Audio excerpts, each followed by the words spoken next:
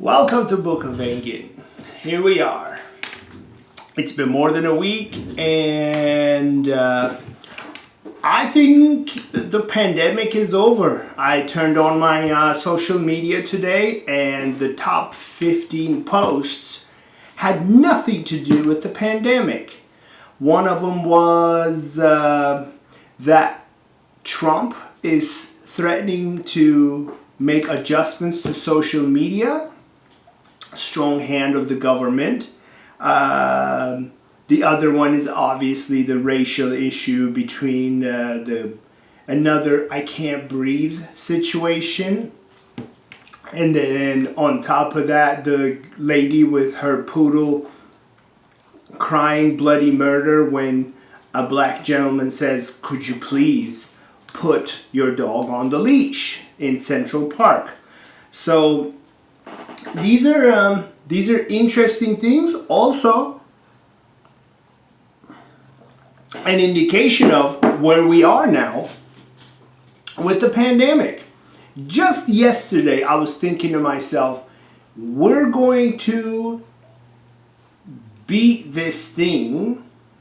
And I use the word beating this thing. It's because the media is using the word beating this thing and victory against this pandemic, the disease.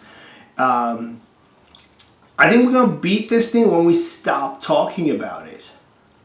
Because the numbers have indicated that, yeah, we were afraid of this. We were very much so afraid of this, and we were worried. We took these measures to make sure we're protected.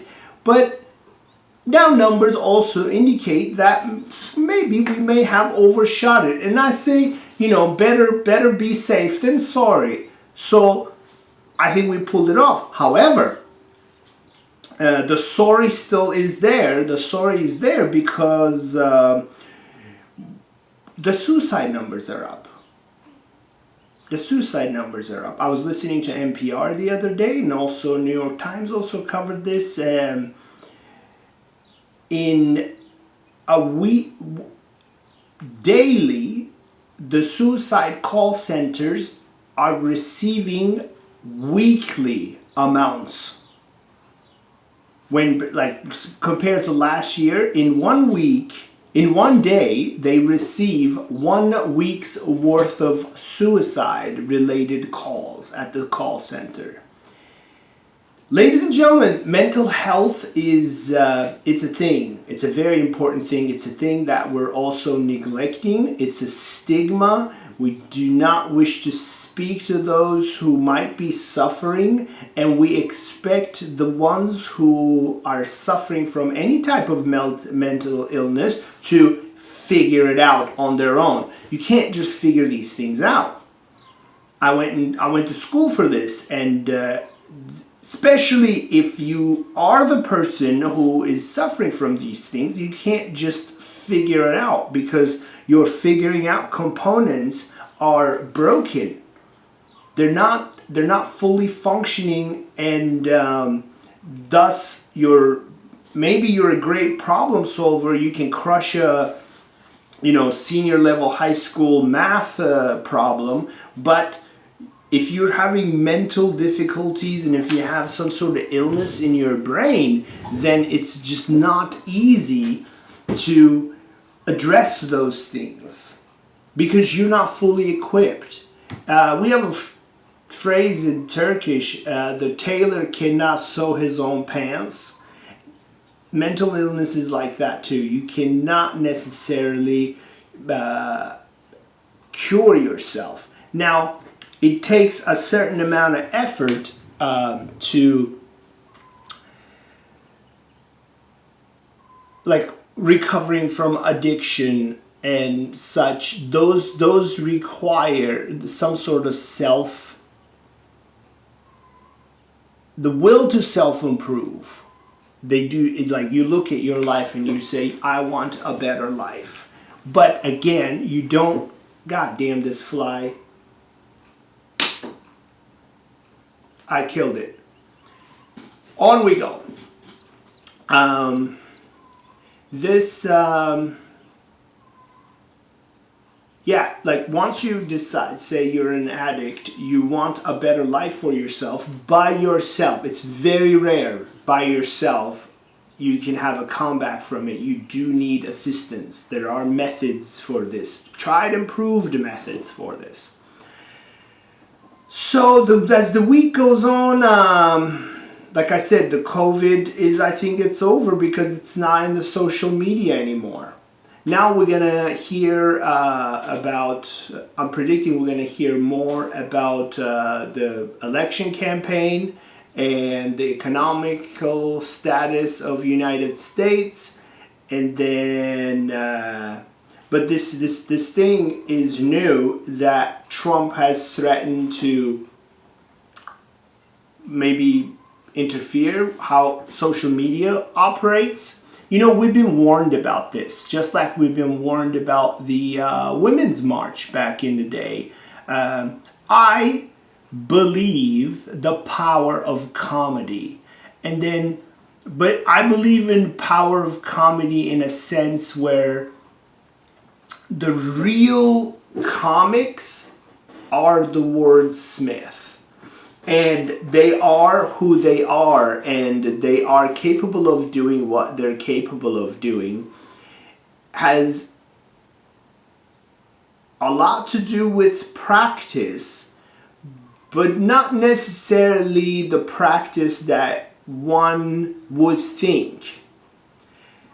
I believe a comedian is a collector of random information, and this is something that you have since childhood. It's an educational thing. It's a way of how you were brought up. I was exposed to a lot of random information, and I was curious about it too. So the comedians who we listen to, who we pay attention to, who we respect their opinion, it's not because they can write a funny joke.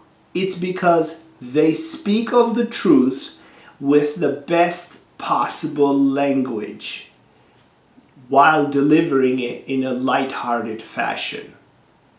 Because the facts, the truth doesn't change, so it can be funny. Now there's this silly thing that I learned in the States. Don't let the facts get in the way of a good story. I never endorse that, and I don't like it when anybody does it, let alone comics. Because what it is you just like say you want to talk about a lighter, and then you make up things about a lighter to be funny, is not impressive for me. But if you have a story with a lighter and you tell that story in a funny way, I respect that. Plus, sometimes things happen in life where I believe where you can't make these things up. They have to happen to you, so you have that knowledge and how it happened, and then you check across the board. Nothing like that has ever happened to anyone else but you, and in this case, say with a lighter. Do I have a lighter story? I'm sure I do. I have to think about it. Like, I hung out with people who were part of a frat club, like a sorority. Sorority is for women, and the frat club is for boys, I guess. And their thing was they would heat up they were called IPP, International Party Patrol. They would heat up the head of the lighter, and then once it's hot enough, and if you part of your initiation, you would just like press that on your skin, and then evidently the mark it leaves upside down is a smiley face, which was the logo of the IPP. Anything funny about that? No. Did funny things happen while people were trying to burn themselves? Yes. The idea of some assholes want to burn their forearms to be a part of something that just is just a train wreck, I'm sure you can dig in there and find something funny. Now, why am I talking about comedians? Why am I talking about what I find funny? And why am I talking about why I listen to certain people? Because certain people with knowledge, they predict things and then they just put this forth in public, and they just share this information. They let you in on a secret or maybe an angle that you have not paid attention to before.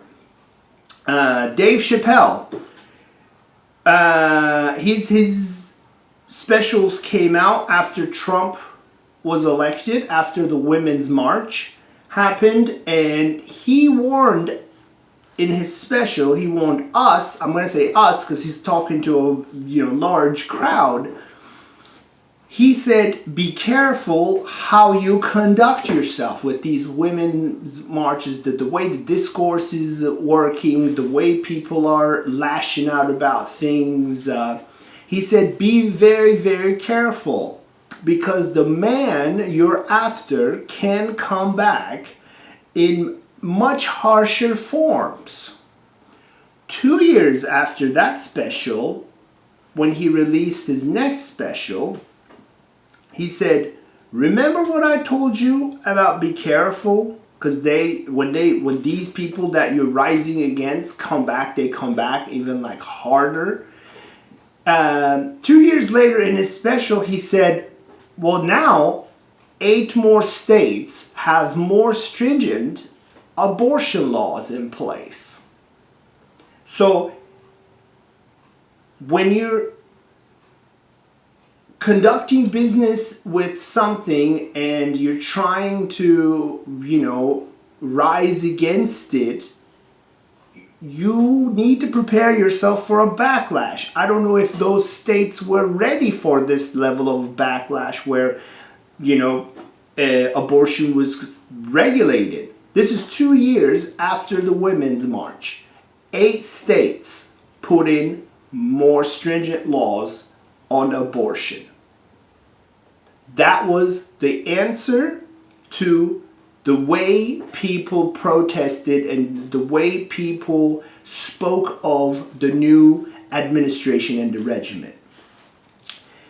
So fast forward to maybe about a year ago, when Joe Rogan and his party was pointing out the fact that social media and its censorship was favoring the left over right.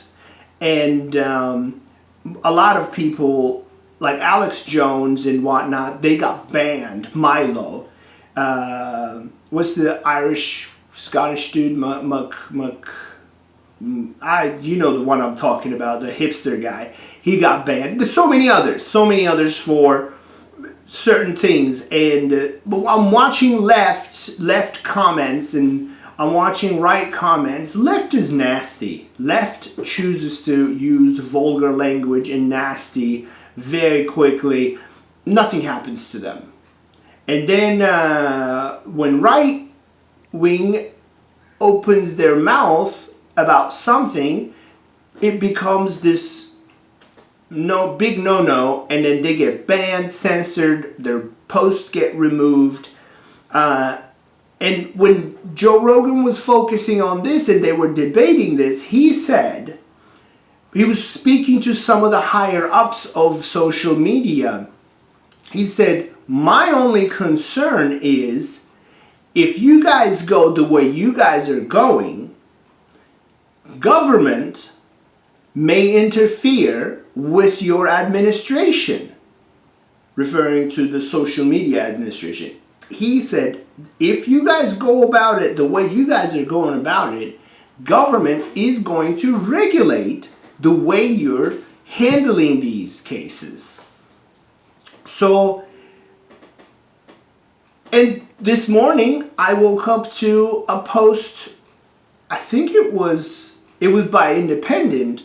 It said Trump threatens to regulate social media because under Trump's tweet, someone, actually Twitter just put a remark saying this has been fact checked and this is wrong, or some sort of a red circle around Trump's tweet. And Trump is not going to take that. Trump is the king of this country right now.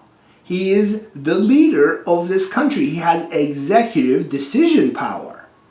And there you are now treating him like everyone else. Of course, it's the American thing to think that everybody's equal, thus everyone should be, no one is above the law.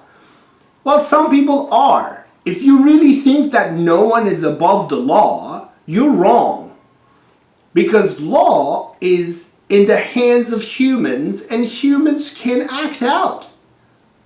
This is not you don't have to be a genius to come to that conclusion. It's just how it is.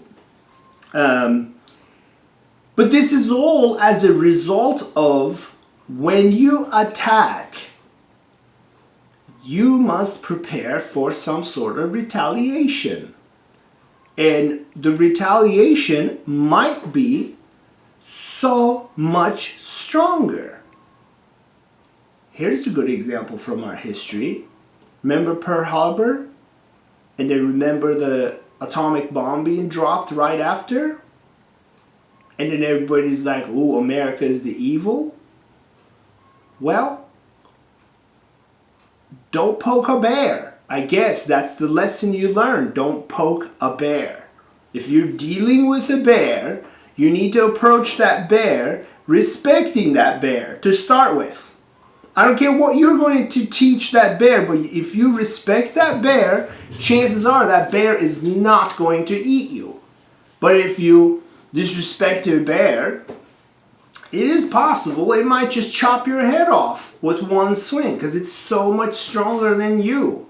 Just because you stand out there for, I don't know, however many people you get together and you feel good about yourself and you guys all look alike, that does not make you stronger.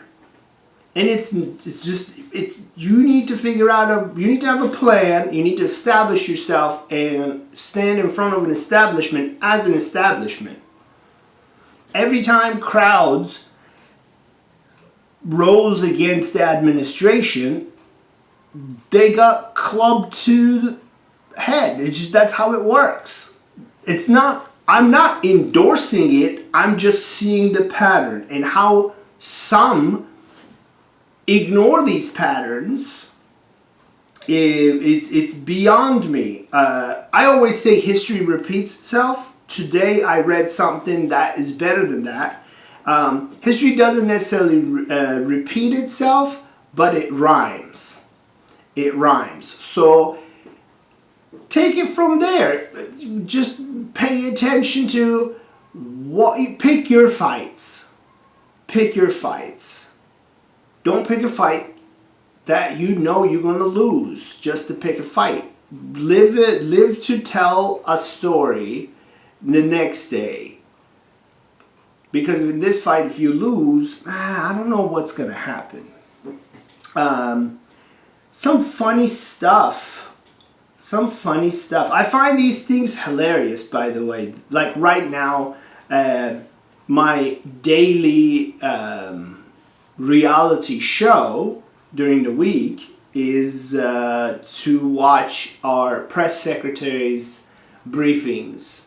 They're amazing. They're choreographed too. She takes a bunch of hot questions from the enemy reporters, let's call them that, and then at the end there's a cute brunette.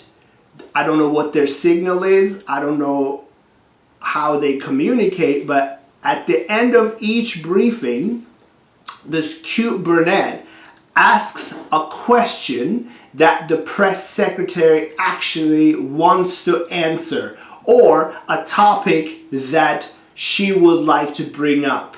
So she has her fellow so-called reporter asks this perfect question sets the press secretary up, and then press secretary ends on that note. So just keep an eye on it after like the heated questions are asked. By the way, when I say heated questions, hot questions, those reporters are doing such a juvenile shit job.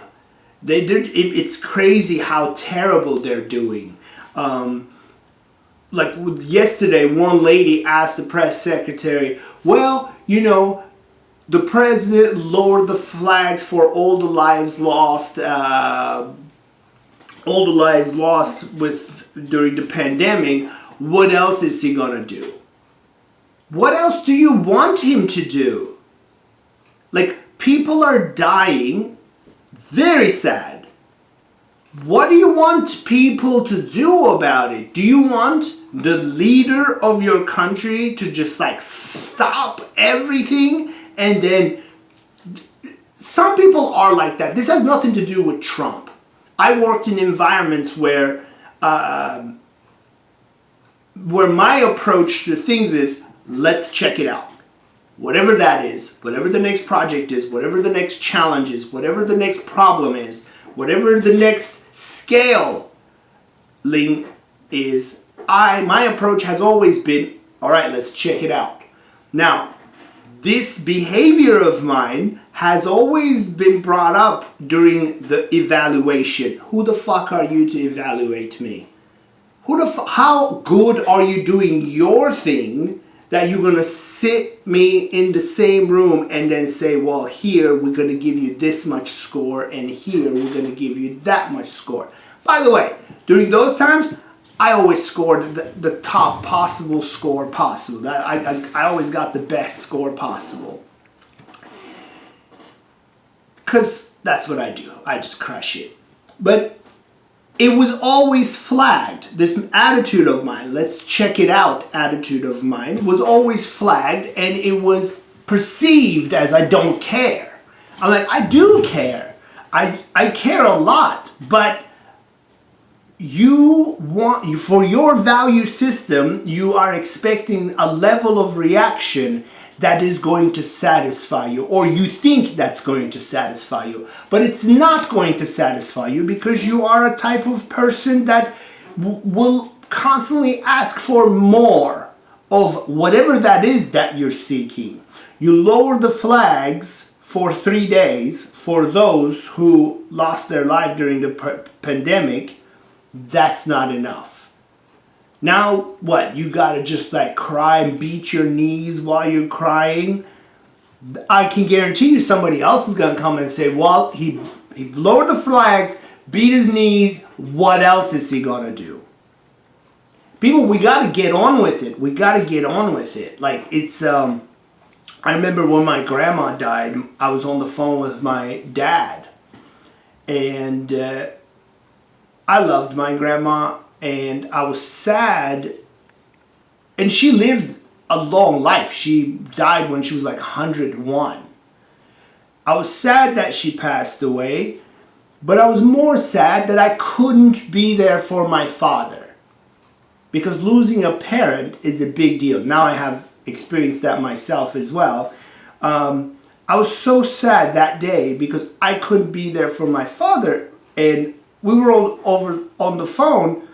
I asked him, well, Dad, like, what are we going to do now? And he said, well, what time is it? I said, well, it's 8:30 in the evening. He goes, have you eaten yet? I said, no. He goes, why don't you eat, put a glass of wine next to it, and just, life goes on. Life does go on. With or without you, life goes on. And